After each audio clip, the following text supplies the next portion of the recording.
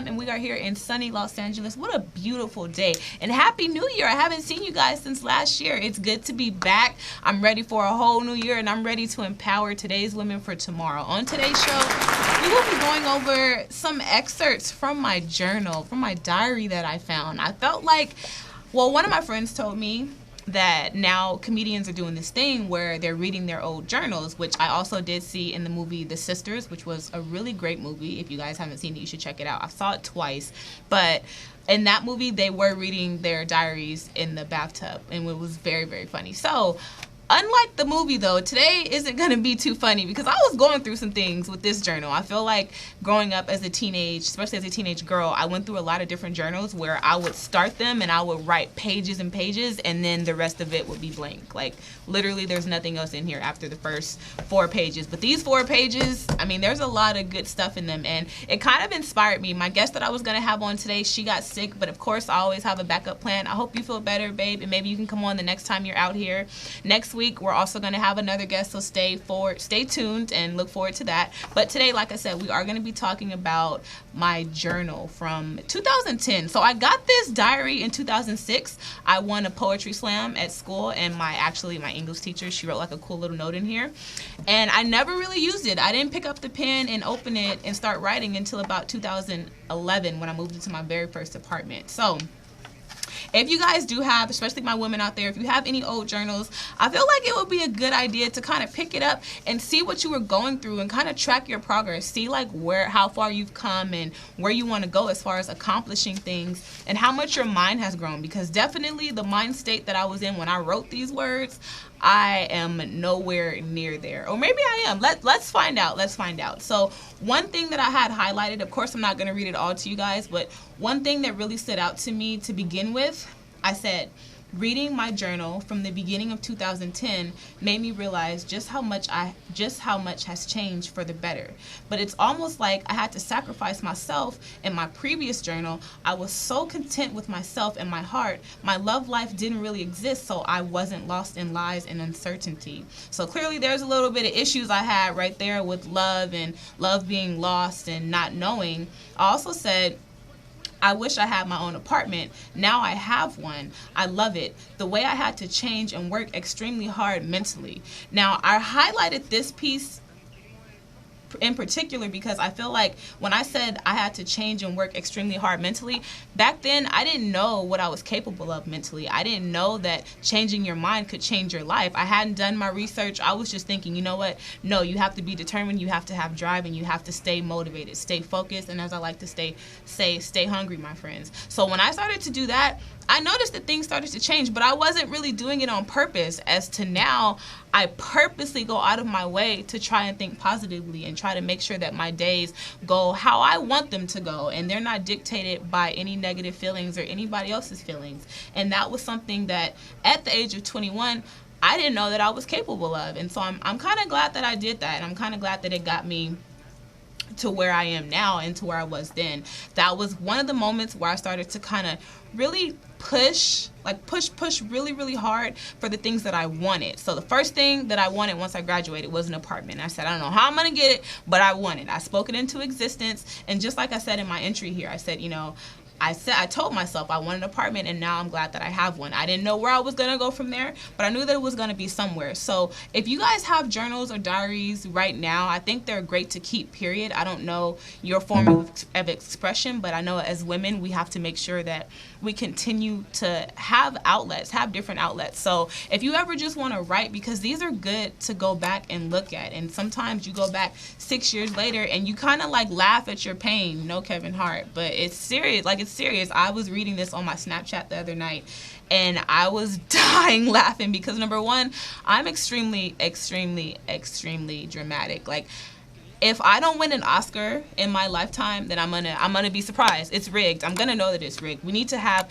my best friend and I were talking about, we need to have like social media awards, like the Snapchat for the most dramatic or the longest story. We need to have some awards like that. I think I might try to put that out there and see what I can come up with. But I also noticed I was kind of creative back then too. If you see here, I have like different little scribbles all over the page. This is just when my mind was just going, and I love to kind of write whatever I'm feeling. I didn't go off of, okay, well, I'm going to stick to this page and cover it. Whatever I was feeling, like I have my sister's name here. I have iCarly, one of my favorite shows. Just random things that would make me happy. I also have a picture of a broken heart up here, and it says number 2. So I was on my second heartbreak, I guess, at this point. And definitely, you can kind of see, because I have a poem here that says, what is pain? Nothing more than a smiling face in my world. What is heartache? Nothing less than a strike across the face from a dad to his little girl. What is disappointment? But only the cold finger of shame you get thrust upon you when the world finds out that you're not the same. So I'm not sure exactly what I was going through, but after I reread this, I put a little ad note up here, and it said, I take it I wrote this entry some time ago. I don't even remember when or what I was going through my mind. Clearly something deep. And just to kind of like analyze this poem a little bit, my dad never hit me or anything. I don't know where the displaced emotion for child abuse, but it was there. But definitely the part where it says, but only that cold finger of shame you get thrust upon you when the world finds out that you are not the same. I've been different for a very long time, and if you know me, you know I'm different in so many ways. So I don't know like I said, I don't know what I was going through at this time, but it's good to kind of relive that and kind of see, like, how do you feel now? Do you still feel like there's that shame thrust upon you when people find out about my orientation or about the things that I do with my life? You know, it's something that you have to kind of consider. Where are you with how you're dealing with society now? And that's something that I'm going to think about as the day goes on, because I didn't even read that poem. I have some words written down here: patience, stability, trust, forgiveness, healthy, drive, open-minded, worldly, and control. Now, these all still hit home to this day. I still want to have way more patience than I do have. Stability is something that I've gained and I will continue to grow. I mean, all of these words are things that we try to work towards our whole entire lifetime. I'm definitely more open-minded than I was then. Control. I have a lot more control over myself and the things that happen to me, because I try to learn how to control my emotions the best that I can. I mean, women were what do they call us, Kevin? Emotional creatures? Is that that's what they call us? That's what they call us. And I feel like with that, you know, that can't be our excuse all the time. We sometimes have to learn how to bottle cap and put those emotions away and just kind of handle business. Just like we talked about a few shows ago with Aisha, who was on, we talked about, you know, are women too emotional to run the country? Or, you know, do you feel like our emotions would get in the way? That's something that we have to keep into consideration in our love life, in our professional life, and in our personal life. Some other things that I have highlighted here that I feel like really I feel like this was the pivotal moment for me, aside from actually seeing these things be accomplished. I said, I want to never, so this page alone, I was just saying all the things that I want. So one of the things I said, I want to never be left from day one, so these feelings of people leaving me that were so hard to understand as a child won't be so crystal clear as an adult. So I sense a little bit of abandonment issues that I had going on.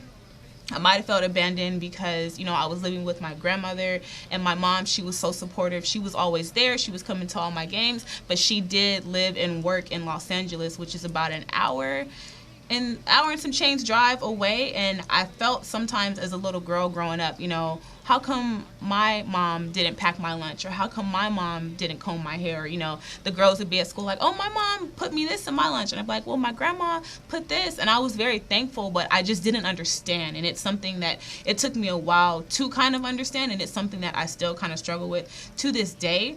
So I feel like when I wrote this, I was also going through a very bad breakup, so I felt abandoned by that person as well. And that's something now that I've learned how to deal with.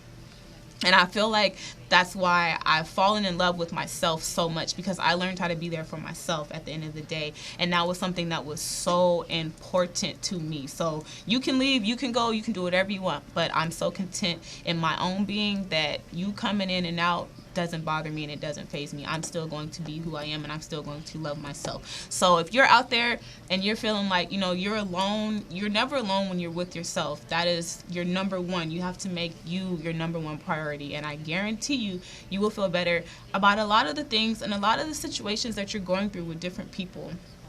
Something else that I said, I want to do what I've always desired, which is acting. If you do follow my Snapchat, I think that's why I have so many, Kevin nodded his head over there. I think that's why I have so many different personalities, and I'm so vibrant and I'm so out there and in your face, because acting different monologues, being able to go from this person to that person. If you know me as Ceeyonce, you know that she's a character, because Lisa doesn't like to do half of the things that Ceeyonce likes to do, but because that's a persona, that's a character that they've created for me, I've embraced that and I love it. Just like Beyonce has Sasha Fierce, and just like Kobe has the Black Mamba. These are things that these great people created in order to help them deal with what they have to do outside of being themselves. Like I was telling someone the other day, Kobe Bryant's The Muse documentary has inspired me so much. I have it on my DVR. I've had it there for about a year now. It came out last year in 2015, and I watch it whenever I need inspiration, because the moment where he talks about why he created the Black Mamba, it was right after the whole rape charge and that whole scandal. He decided that he needed to create the Black Mamba because he needed organization in his life. So he created the Black Mamba to deal with everything that had to do with basketball. On the court, he was killing, he was slaying. Then Kobe had to deal with what he did personally to his family and to disappoint all of his fans. And I feel like the exact same way, Lisa, she handles everything outside of, dancing and everything outside of work. That's just my personal person when I need to get very, very serious and very intimate, or that's a part of me that's extremely vulnerable, and kind of when you're trying to break down my guard, you have to get through everything else, all the other personalities, to kind of get to who Lisa really, really is. And I feel like Ceeyonce is definitely a great guard. Like she kind of keeps me grounded, and she's just a fun person. So in my journal, when I kept writing about acting, I also said, I want the flattest stomach and the roundest ass. And I mean, if I didn't get that, I don't know what else. I feel like the case is kind of closed on that one, because I got that, and I really didn't even know what I was asking for. And if you see here, I kind of drew like a very, very round, a round butt there. See it? That was what I wanted, and that's what I got. I also said I want to watch my aunt make chili just one more time. And that was something that was special to me. Because, some things, even though you're not at home, some things just feel like home. Like just watching her make her famous chili. And it probably wouldn't even be that good to you. It just had a little bit of meat, a little bit of corn, and some chili sauce. That was it. But to me, it tasted like love. And it tasted like my childhood. And I just needed that one more time. But she passed away, unfortunately. And also I wrote in here, I want to be as fun as I know I can be. Sorry, this one kind of like catches me up a little bit, because I was really in a bad space. And so when I say I want to be as fun as I know I can be, I want people to benefit from being around me, and I want to make people happy. The fact that back then I didn't feel like people could benefit from being around me, like what is like I don't even know what to say. Like that says everything. I felt like I was one of those cancerous cells that, if you come around me, you would either be sad or you wouldn't have fun, or, I was like a Debbie Downer. I just didn't feel like I could benefit anybody else's life in any kind of way. And that's not good. That's not good, because you want to be that light that shines when people are around you. I went on vacation this past, right after New Year's. I went on a cruise with my best friends for their birthday, and I had everyone go around the table and say, what they felt like they brought to this group. It was myself and 5 other women. So, everyone went around. Some people say they brought the goofiness, they brought the peace, and I said that I felt like I brought the energy. And when I said that, they all agreed, but then my other best friend, she goes, you know what? I felt like you breathed life into the group. I felt like you brought the fresh air, and every time it was time to do something, you were the first one. Like, okay, let's do this. Let's do this. Let's take it here.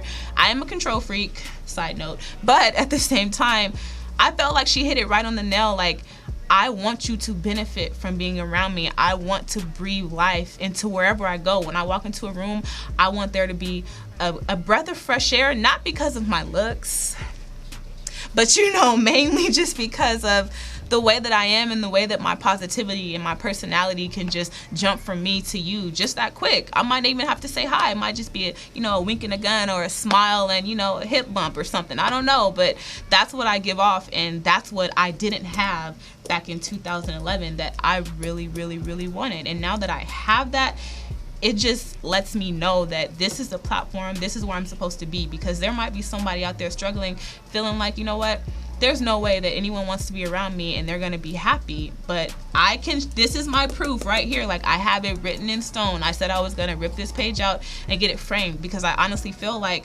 how did I come from this to where I am right now? I don't know. It took a long time. It took a very long time. So make sure that you just stay consistent, and you make sure that even on your worst days, you understand that there's no such thing as a bad day. Every day is what you make it. I always like to say, perception breeds perspective, and there's consistency up in there too. So make sure that you're consistent with whatever your perspective is. Whatever you see, you have to see that consistently, not just one day.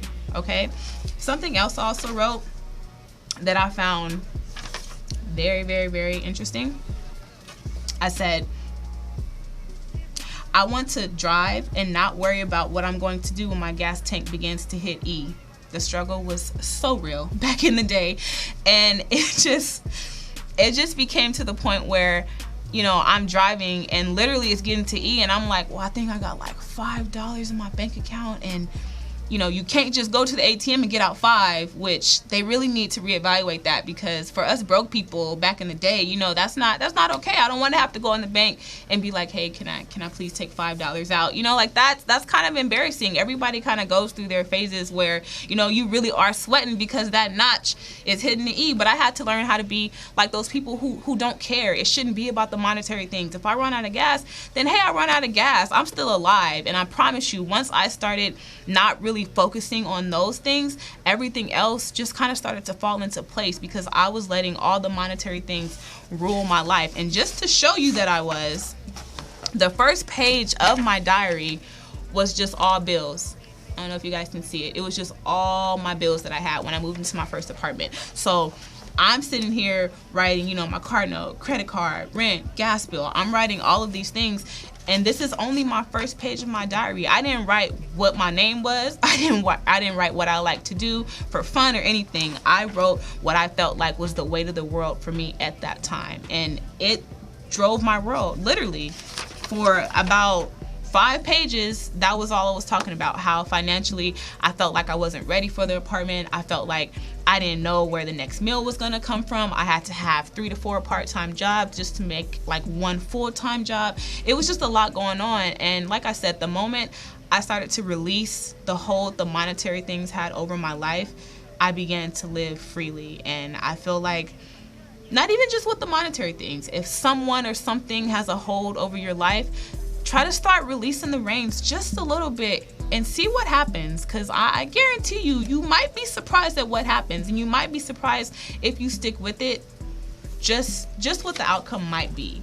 Definitely. I also had here, I felt like I was 21 going on 41. That's pretty deep, because I've always felt kind of old with the responsibilities that I've had. I felt like, I didn't start the turn up until pretty much the whole Ceeyonce phase. Ceeyonce is like the turn up queen, but before her, I wasn't drinking. I didn't really go out and have fun. I felt like, no, I had to stay sober. I had to make sure that I made it home every single night because someone was depending on me to be there. And definitely that kind of took a toll on me. But now, like I said, I'm out of that space, and it really is refreshing to look back and read and see how far that I've come. So I encourage you guys, if you do have any of those old journals, maybe share some with me. You can hit me up on Snapchat, Facebook, Instagram, and I would love to actually hear. Maybe I'll get a show one day where, I have all my guests bring in their old diaries and we just have a laugh fest or a cry fest. It's good to do both. It's healthy. So we'll talk about that more when we come back. But we're going to take a really, really, really quick break. And then when we come back, we're going to have some of my favorite memes. Stay tuned. We'll be right back.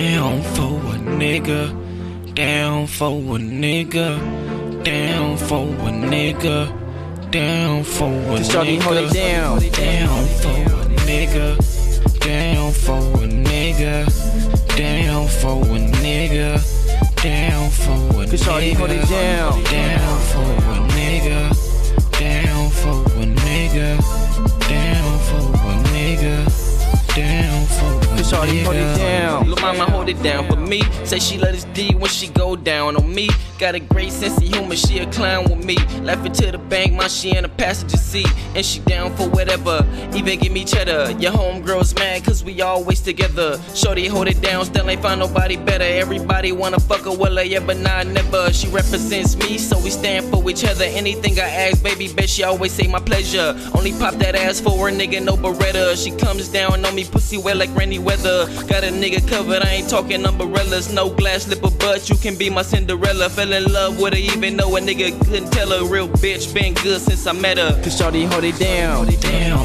for a nigga, down for a nigga, down for a nigga, down for a nigga. Cause shorty hold it down, down for a nigga, down for a nigga, down for a nigga, down for a nigga. Shorty hold it down. Shorty hold a nigga down, no paperweight. She knows I'm always out of town on a paper chase. But when I'm California bound, she never hesitates. Scoop me up at LAX on time, no, she's never late. Deep understanding, girl, I love how we communicate. She keep it real with a nigga, no, she never fake. My money's up, all she do is make it elevate. Appreciate, love to see me having hella cake. Keep me straight, I'm trying to get it like Billy Gates. Incorporate, build a dynasty off real estate. Look how we ate, got my pockets looking overweight. She put it down out to California, Golden State. My soulmate, I can't wait to reach home plate. We get it poppin' like bounce, shake, roll, skate. She got me, I got her, make no mistake. Our bond's tight, won't break, most can't shorty hold it down, down for a nigga, down for a nigga, down for a nigga, down for a nigga. Shorty hold it down, down for a nigga, down for a nigga, down for a nigga, down for a nigga. Shorty hold it down, down, down, down.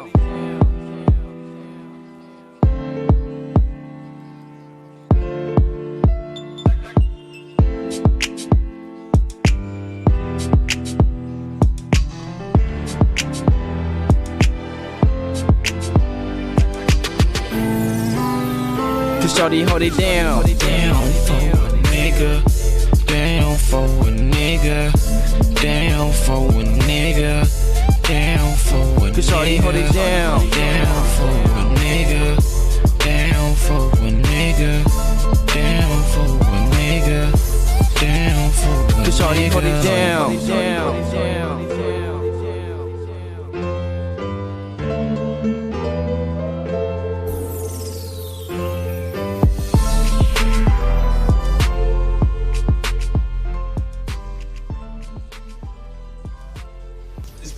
Oh, at the end? No, it's good. We could talk. Why you act like you can't talk? Boy, it's just us in here. Me and my engineer. That was my engineer, Kevin, and his son. What's that song? Down.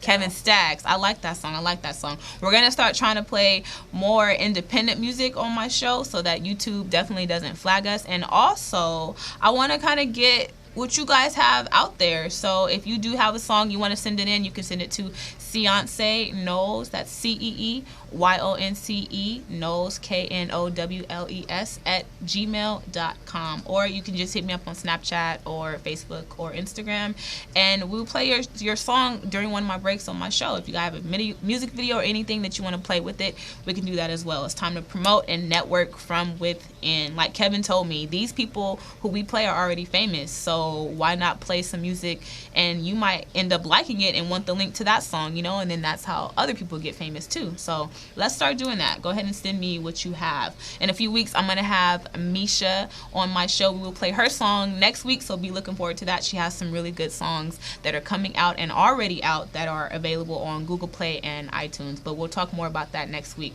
Now we're going to go ahead and get into our memes for the week. I chose these memes, so round of applause.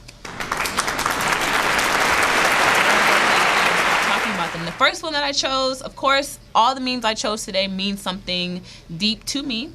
The first one says, I just had to pray because I realized, side note, I love the grammar in all these memes, but anyways, I just had to pray because I realized how dope my life is, and I got to be grateful about it, but I owe it all to my heart. My heart is pure. When your heart is pure and true, God has a way of making sure everything works out in your favor. I don't even need to overanalyze this one because this is my life in its entirety. My heart has always been pure, and I always strive to do the right thing. My intentions are always good, and because of that, God has saved me from a lot of situations that I really didn't need saving. Well, I really did need saving from, but I didn't deserve saving from. And I feel like, you know, there's what's the saying that God looks out for babies, fools, and who else? Is there another person look? I don't know, but I was definitely a baby and a fool, you know, making baby decisions as a young idiot, you know. So I had to make sure that, you know, I just stayed true to myself, and he knew my heart and he saw my heart. So definitely screenshot this if you're watching on your phone. And I know that Kim Medcraft, she's tuned in. She sent me a picture. Thank you for watching. If you are watching live, please send me screenshots of what you're watching so that I can shout you out. Let's go ahead and go to the next picture.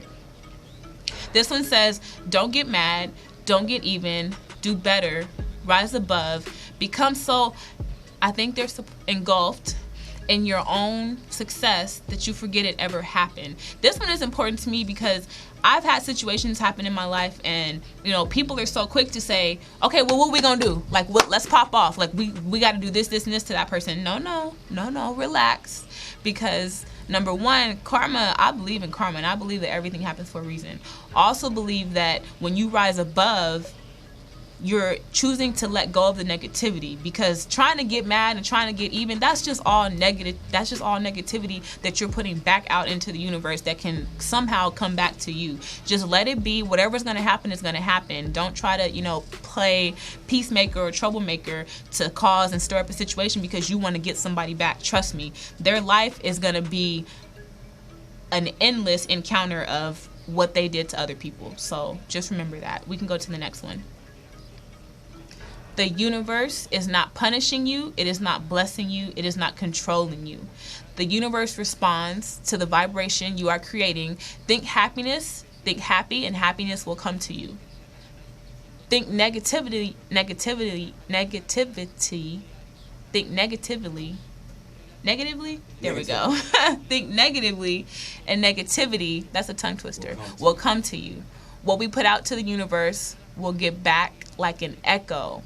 Someone sent this to me, and I absolutely adore this. Think negatively, and negativity will come to you. I had to read that again because it was bothering me that I couldn't say it the first time. But what we put out into the universe will get back like an echo. I mean, that is really, really deep, because echoes, they get back kind of hard. And I definitely feel this one because, you know, some people are like, oh my God, like, you know, why is it just not my day? That's because you're cursing yourself right there. You know, like today, for example, I'm gonna just go ahead. I'm not gonna front. Today, I woke up so upset because it's that time of the month, and I'm just in so much pain, and I'm like, why is this happening to my uterus? So, you know, like, that's how I felt. Like, why am I going through this?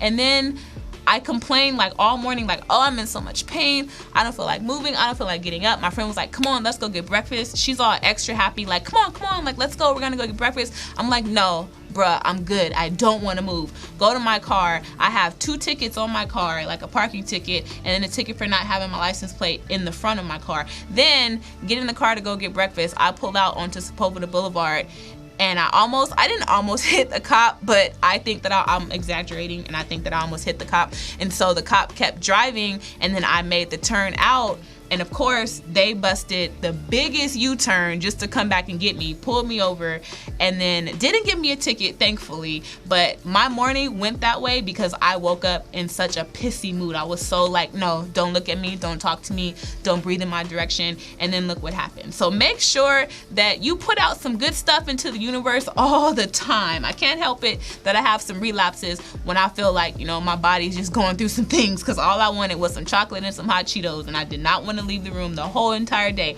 But I'm here now, and that is my perfect example for today. So make sure that whatever you put out into the universe, it's happy because you're gonna get that back like a huge echo. And I mean, it wasn't even 10 minutes when I got to my car. I'm like, I bet you there's a ticket on my. I just know because that's what I deserve for all the energy that I put out this morning. We can go to the next one. First of all, to her curves, yes, hunty, give me life. I love the person I've become because I fought to become her. I love the person I've become because I fought to become her. I feel like this is a perfect way to end the show because number one, numero uno, this is what my journal was talking about. Like, reading my journal is like looking into my past, and sitting here talking to you now is like looking into my present, you know? Like, this is where we are now. And this girl, I might not be, you know, she a little slimmer in the waist than I am, but we gonna work on that too. But this is me. This is it. I love the person I've become because I fought so hard to be who I am. I fought, you know, it's a lot of strength in that word, fought. Like, it's not like, you know, no, I worked hard or I had to fight. I had to fight myself. I had to fight everybody else, but mainly myself. I fought myself so much day in, day out to make sure that I wasn't holding myself captive in my own negativity and in my own mind. I had to fight hard, and when I tell you, it was so worth the fight. So if you're out there, you can come back to me now. If you're out there and you're fighting, I encourage you to keep fighting. The battle is not lost until you decide that it's lost. And even once you think you might have lost, keep going, because that win, that W at the end, like today I was watching the Seattle Seahawks game, and even though they lost, they came back. They fought, okay? They fought to not be talked about like some dogs for the next until season rolls back around again, because that was a real life comeback. So you got to know how to have that comeback game on fleek. You got to come back so strong that it doesn't matter where you started. It matters where you're at that point. So keep fighting, and I will see you guys next week. Stay focused and stay hungry. Have a good week.